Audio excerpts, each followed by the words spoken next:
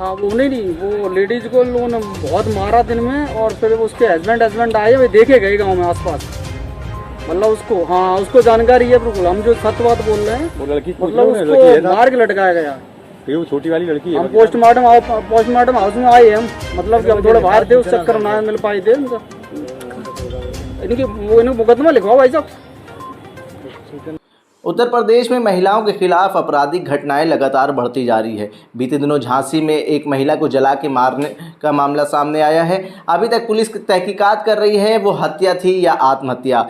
उसके बाद फर्रुखाबाद में एक महिला के साथ गैंगरेप हो जाता है। अब हाल ही का मामला सामने आया है जब मैनपुरी में एक महिला को मारा गया और उसके बाद फांसी पे लटका दिया गया। हालांकि पुलिस ने इसमें 306 का मुकदमा दायर करा, कहा कि आत्महत्या है। उनके भाई और छोटी बेटी आप देख सकते हैं हमारे साथ मौजूद हैं, जो कि राजधानी लखनऊ आए हुए हैं, इंसाफ की गुहार लगा रहे हैं। हम उनसे बात करेंगे क्या मामला था। आप लोग कहाँ से आए हैं, क्या नाम है आपका? राजेश कुमार शर्मा है मेरा नाम जी। मैं ग्राम रानाईटाहा, पोस्ट रसूलाबाद, जिला कानपुर देहात का रहने वाला हूँ जी। मेरी बहन भी आई थी मैनपुरी के पास में देवामई गाँव। जी। तो वहाँ पे मतलब ये मंजीत उर्फ विक्रम बहनोई है मेरे, उनका इन्हें सबने आपस में, और उनकी सास जो निर्मला देवी है और प्रमोद है, मनोज है, उनके भैया जो जेठ हैं, तो इन सब लोगों ने मिलके पहले उनकी माँ ने वहाँ मारा बहन को। दिन में मारते समय फिर प्रधान के यहाँ बहन हमारी रोती गई। 500 मीटर प्रधान जी बता रहे थे कि 500 मीटर हमारे दूरी पड़ता घर। तो वहाँ रो रो के बहन बताने गई कि प्रधान जी हमें बचा लो, इन्होंने लोग मारने के लिए बहुत मारा है और ये मार डालेंगे, इन्होंने सास ने कहा होगा। तो वो बहन गई, लेकिन प्रधान ने ये नहीं, मतलब ये कह रहे थे कि हमने ये नहीं जाना, ये मार ही डालेंगे। लेकिन फिर इसके बाद में हम थोड़ा इमरजेंसी काम था, वहाँ चले गए। दूसरे दिन जब लौट के आए तो इन हत्यारों ने बहन को मतलब मार डाला। उसी समय ये सब इन्हें वहाँ से लौट के आए, फिर 100 नंबर वाले को बहन ने फ़ोन किया, 112 नंबर। तो वो पुलिस आई, रफा दफा करके चली गई। बहन ने कहा हमें 2 घंटे 3 घंटे मतलब अपने साथ रखो ताकि हमारी मतलब सेफ्टी हो जाए, मार ना सकें ये लोग। लेकिन पुलिस ने ये कोई सुनवाई नहीं की। बहन ने हमारे पास फ़ोन कर दिया था, तो हम लोग जाने में समय लगता, दूरी पड़ता है ना, तो इस वजह से समय लगता। अब उस वजह से लेट थोड़े पहुंचने के कारण करीबन ये 8:30-9 बजे इन्होंने मतलब बात होती रही। इसके बाद में इन्होंने फ़ोन से बात हुई, चाचा, एक पप्पू चाचा कोई है, ये हम तो नहीं जानते हैं, लेकिन वहाँ के उन्हें अंदर बुलाया कि बहू अंदर जाओ। तो बहन हमारी अंदर चली गई, लेकिन सास ने क्या किया, वहाँ मतलब अपने फ़ोन से अपने लड़के विक्रम उर्फ मंजीत और मनोज जेठ हैं जो, और प्रमोद बहनोई है उनके, और सास निर्मला देवी, इन्होंने अपने फ़ोन से उन लोगों को पीछे से बुला लिया किसी तरीके। वहाँ से इन्होंने कहा अंदर जाओ। ये बाहर बैठी थी हमारी बहन चौतरे पे। इसके बाद बुला के इन्होंने वहाँ मारना पीटना चालू कर दिया। लड़कियाँ बाहर थी, तुरंत अंदर गई, तो इन लोगों ने, सास ने कहा ये लड़कियों को समाप्त कर दो, काट के बोरा में फेंक दो, ताकि इनका नामो निशान मिट जाएगा, साबुत मिट जाएगा, तो काम ख़त्म हो जाएगा। लेकिन लड़कियाँ उस टाइम डर की वजह से, ये पिंजी रखी होगी वहीं, तो वहाँ बैठ गई दुख के। वहाँ से सारा हाल ये अपना देखती रहीं, लेकिन बोली नहीं, इसलिए नहीं कि वहाँ ये अगर अब बोल देंगे ताकि मार देंगे। ये ढूंढने भी गए, बाद में ऊपर नीचे ढूंढने गए, लेकिन ये बोली नहीं, शांत देखती रहीं वहीं से। इन्होंने क्या किया, मारपीट करके डंडों से मारा, बहुत बुरी तरीके से नंगा करके मारा, और जांघों में ये चूड़ियाँ जो हैं। बच्चों ने देखा, छोटे बच्चों ने? जी सर। क्या नाम है बच्चे का? ये दिव्यांशी शर्मा है। बेटा क्या देखा उस दिन आपने? हम स्कूल से आए तो मम्मी रो रही थी। हमने कहा मम्मी क्या हो गया? मम्मी ने कहा अम्मा ने मारा है। हमने कहा क्यों मारा है? मम्मी कह रही थी हमने अम्मा की चप्पल पहन ली और इसीलिए मारा है। तो हमने कहा कोई बात नहीं। तो फिर थोड़ी देर बाद अम्मा ने बहुत मारा तो मम्मी प्रधान के घर गई। प्रधान ने कहा कि अभी हम आ रहे, प्रधान नहीं आए तो मम्मी ने 112 पुलिस को बुलाया। पुलिस से कहा हमको सेफ्टी दे दो, ये लोग हमको मार डालेंगे। पुलिस ने मम्मी की बात नहीं सुनी, पुलिस भी चली गई। थोड़ी देर बाद अम्मा ने पापा दउआ फूफा से फ़ोन किया कि आज रात सीमा को मार के फेंक देंगे। मम्मी बाहर बैठी थी तो थोड़ी देर पप्पू बाबा ने कहा बहू अंदर जाओ, तो मामा से बात कर रही थी तो मम्मी ने कहा अभी थोड़ी देर में, तो अंदर गई तो बाहर वहाँ कोने में पापा ने मम्मी की धोती पकड़ के नंगा करके पापा ने जांघों में पुट्ठों में निरी देर चूड़ी गोची और डंडे से फूफा और दउआ ने मारा। मम्मी चिल्लाई तो जिस डंडे से मार रहे थे उसी डंडे से मुंह में कपड़ा घुसेर दिया। अम्मा ने यहाँ पे चाकू मारी और नीचे कर दिया जूड़ा, यहाँ पे नाखून लगाए तो यहाँ से खून निकल रहा था। अब जब कम सांसें रह गई तो फूफा ने मम्मी दुपट्टा ले आए, दुपट्टा से फूफा ने गर्दन बांधी, पापा अम्मा ने ऊपर टीन पे लटका दिया और नीचे से फूफा और दउआ ने उचकाया। मामा आ गए, ये लोग भाग गए, अम्मा भी भाग रही थी, मामा ने पकड़ आप लोग कहाँ थे बेटा उस वक्त आप लोग? वहाँ पे एक पिंजी रखी है और इतनी बड़ी घास है, वहीं से हम लोग छुप के देख रहे थे। और आपकी बड़ी बहन क्या कह रही थी, आपसे कुछ कह रही थी? वो डर गई थी, वो तो वहीं पे चुपचाप पड़ रही थी, हमसे भी कह रही थी बिट्टी तुम ना देखो, तुम भी बीमार। तो हमने कहा हम देख लेंगे, मामा को बताएंगे। तो वो चुपचाप आँख मीच के पड़ रही वहाँ पे। तो माँ जब ये लोग चले गए, बोले नहीं, हम लोग मामा आए फिर हम लोगों ने बताया। उस वक्त जब आप लोग आए बच्चों के बाद तो बच्चों की क्या हालत थी और क्या कह रहे थे आपसे? सर बड़ी बच्ची बहुत गंभीर थी, आज भी बीमार है मौजूदा हालत में।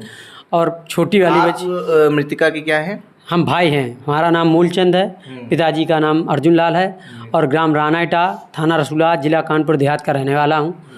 मेरी बहन जब सर हम पहुँचे तो मेरी बहन टीन के पाइप में खुले में फांसी पे लटकी हुई मिली, जो कि पाइप की ज़्यादा ऊंचाई नहीं थी, अगर खड़ी हो जाए तो 5.5 फुट की बहन थी, आराम से बच जाए, ऐसे पाइप में फांसी पर लटकी मिली। और जब हमने वहाँ जाके 112 नंबर डायल किया, पुलिस आई, उसने थाने को सूचना की, थाने की पुलिस आई तो वो आत्महत्या दर्शा रही थी वहीं पे, जबकि पूरे घर में लेटरिन पड़ी हुई थी, कई जगह ब्लड भी पड़ा हुआ था। मौजूदा बच्चियों ने, जब हमने छोटी बच्ची को इसको उठाया, ढूंढा, उसके बाद डंडे पुलिस को दिखाए, प्रशासन ने फ़ोटो भी ली थी डंडों की, जिस डंडों से मारा गया। और बहन के पास जो उनकी सास थी वो भाग रही थी, तो मैंने गांव बाहर खरंजे पे पकड़ा उनको भाग के, और तो लोग कोई मिला नहीं। वो अपने ब्लाउज में रखे थी फ़ोन जैसे मैं मिट्टी के पास आया तो फ़ोन आया, मैंने फ़ोन छुटाया तो उनका दामाद कह रहा जल्दी बाहर आ जाओ, गाँव बाहर। सर उसमें एक चिप है जिसमें मेरे बहनोई के गंदे वीडियो हैं दूसरी औरतों के साथ। मेरा मानना है सर कि मेरी बहन पहले भी कहती थी कि ये गलत हरकतें करते हैं, समझा दीजिए, और हम लोगों ने ऐसे मानते रहे, चलो जीवन है कट जाएगा। बच्चे लड़के नहीं थे, इसलिए बहन भी 6 साल मेरे यहाँ रह चुकी घर पे, वो खर्चा अर्चा नहीं देते, हम ही लोग अपने हिसाब से यहीं रखते थे। बड़ी बच्ची की बीमार होने के कारण वो देखने गई, 4 महीने से वहीं रह रही थी।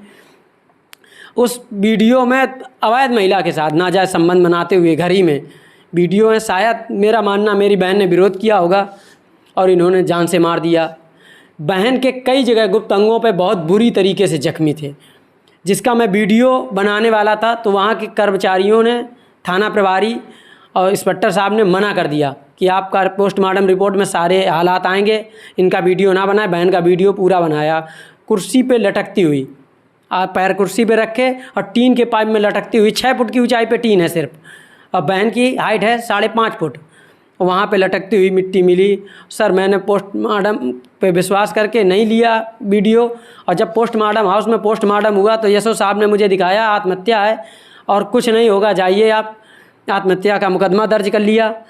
और फिर मैंने वहाँ सूचना की, देवामई गाँव के प्रधान जो मौजूदा हैं वो आए, उन्होंने पोस्टमार्टम हाउस में, वहीं मिट्टी थी बहन की, पूरा वहाँ पोस्टमार्टम हाउस में सभी लोग थे, पत्रकार जी भी थे।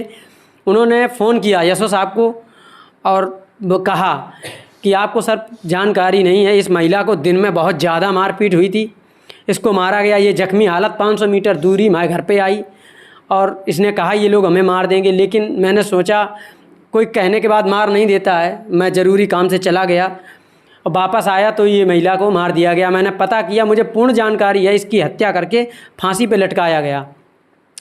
जब ये बात उन्होंने यशो दन्नाहार कही तो यशो ने फिर भी बात नहीं मानी कि ये डॉक्टर का पुलिस का काम है क्या नहीं, आप कैसे कह रहे हैं।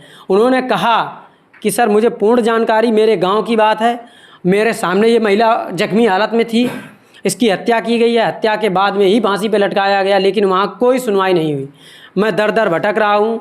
मैंने मुख्यमंत्री जी को भी पोर्टल पे डाला, ऑनलाइन एप्लीकेशन दिया, मैं जाके उनके वहाँ जनता दरबार में भी प्रार्थना पत्र दे आया हूँ, एडी मुख्यालय लखनऊ में भी प्रार्थना पत्र दे आया हूँ, पुलिस मुख्यालय प्रमुख सचिव जी के यहाँ भी प्रार्थना पत्र दे आया हूँ, उप मुख्यमंत्री ब्रजेश कुमार पाठक जी के यहाँ भी एक प्रार्थना पत्र दे आया हूँ, महिला आयोग लखनऊ ऑनलाइन ऑफलाइन दोनों प्रार्थना पत्र वहाँ दे आया हूँ सर। और महिला आयोग नई दिल्ली सर रजिस्ट्री भी किया है, ऑनलाइन भी भेज दिया है प्रार्थना पत्र। एडीजी आगरा वहाँ भी सर मैंने ऑनलाइन और रजिस्ट्री भी किया है प्रार्थना पत्र। आगरा आईजी को भी प्रार्थना पत्र ऑनलाइन और सर रजिस्ट्री किया है। मैनपुरी कप्तान वो डीएम साहब के यहाँ बच्चियों के बयान भी करवाए सर, प्रार्थना पत्र भी दे आए, ऑनलाइन भी प्रार्थना पत्र वहाँ दिया है सर, रजिस्ट्री भी वहीं किया है। एसपी साहब के यहाँ मिलने गए सर, मिल नहीं पाए हमें। पहले भी जिस दिन मिट्टी रखी थी बहन की उस दिन भी गए तो वो मीटिंग में चले गए, दूसरे दिन भी गए, नहीं मिल पाए सर। जब 8 दिन बाद पुनः गए वहाँ पे, फिर भी एसपी साहब नहीं मिल पाए, तो मैंने कहा कि आवास पे गए हैं, वहाँ पता किया तो आवास पे पहुँचे, स्टोनो बाबू बताए जाते हैं, उन्होंने बयान लिया, बच्ची ने बयान किए, मेरे भी बयान हुए। उसके बाद मेरा प्रार्थना पत्र वापस कर दिया, जाइए कि वो आत्महत्या है कह के वापस करके हम लोग चले आए सर। वहाँ भी मैंने रजिस्ट्री कप्तान साहब को कर दी है। थाने में कई बार जाने के बावजूद भी मेरी कोई सुनवाई नहीं हो रही। पुलिस का कहना है सिर्फ आत्महत्या है, जबकि मेरे पास कई वीडियो जो मेरे बहन की हत्या के सबूत हैं, अवैध औरतों के साथ संबंध बनाते हुए। मेरी बहन के घर में जगह जगह लेटरिन पड़ी हुई सबूत है कि उसकी हत्या की गई है, जख्मी हालत में ब्लड पड़ा हुआ ज़मीन पे। उससे जाहिर होता है कि पहले उसको बहुत गंभीरता से मारा पीटा गया है। फिर वो कुर्सी पे सर बैठ के ही फांसी पे लटकी है, जिसकी हाइट 6 फुट और 5 फुट की बहन उस पे सर लटकी हुई है। उससे भी साफ दिखता है खुले में फांसी लगी हुई है, उससे भी लगता है मेरी बहन की हत्या की गई है। और सर वो फ़ोन जिससे कॉल करके क्रिमिनलों को, हत्यारों को बुलाया गया, वो दीदी की सास का फ़ोन, दीदी का नाम सीमा देवी है, सास निर्मला देवी का फ़ोन मेरे पास है। उसमें कॉल रिकॉर्ड भी सर है, उनमें कॉल रिकॉर्ड में ऑडियो रिकॉर्डिंग भी होगी सर। ये सर्विलांस से निकलवाई जाए तो उसमें हत्यारों के सारे नाम और किससे क्या बात हुई वो सारी कुछ निकल आएगा। ठीक है, यहाँ पे आप देख सकते हैं उत्तर प्रदेश सरकार लगातार कानून व्यवस्था को लेके अपनी पीठ थपथपाती हुई नज़र आती है, लेकिन हाल ही में महिलाओं के साथ जो अपराध हुआ है वो कहीं ना कहीं ये दर्शाता है कि जो इस वक्त सरकार है कहीं ना कहीं नाकाम नज़र आ रही है। अब देखना ये होगा जो पीड़ित पक्ष है जो इल्ज़ाम लगा रहा है 4 अभियुक्तों के ऊपर, क्या उनको इंसाफ मिलेगा। जो मृतिका है सीमा और उनकी एक बच्ची 6 साल की है और एक बच्ची 8 साल की है, क्या उन बच्चियों को इंसाफ मिल पाएगा। जन संदेश टाइम्स के लिए आकिब मिराज खान, लखनऊ।